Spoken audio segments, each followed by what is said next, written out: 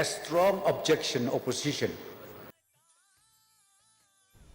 Menteri Rangba ke Jylla ukan rat ke sangma ulapan pau hak yang darbar tauan hene kesni bagi Jingpynkylla bathamai ya ke GST kan kentiu bed ya ke Jingmyntoi Nongshong Shnong Jylla Meghalaya kat bakan pensuk ya ke Jingbut renti ya ki kam khayi.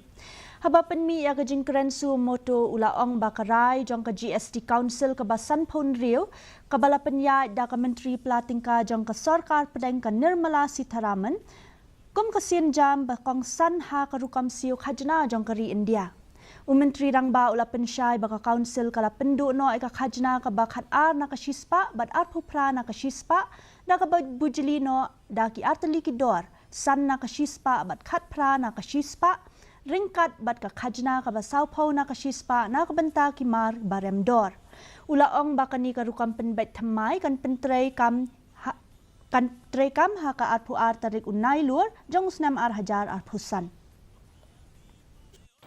These reforms are aimed at improving the lives of the common man and ensuring ease of doing business for all, including small traders and businessmen.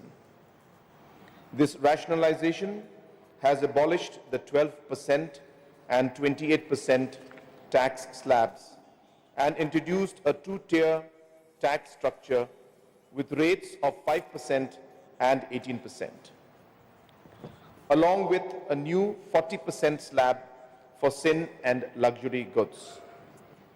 The new slab structure will come into effect from September 22nd, 2025. Menteri Rangba ke Jylla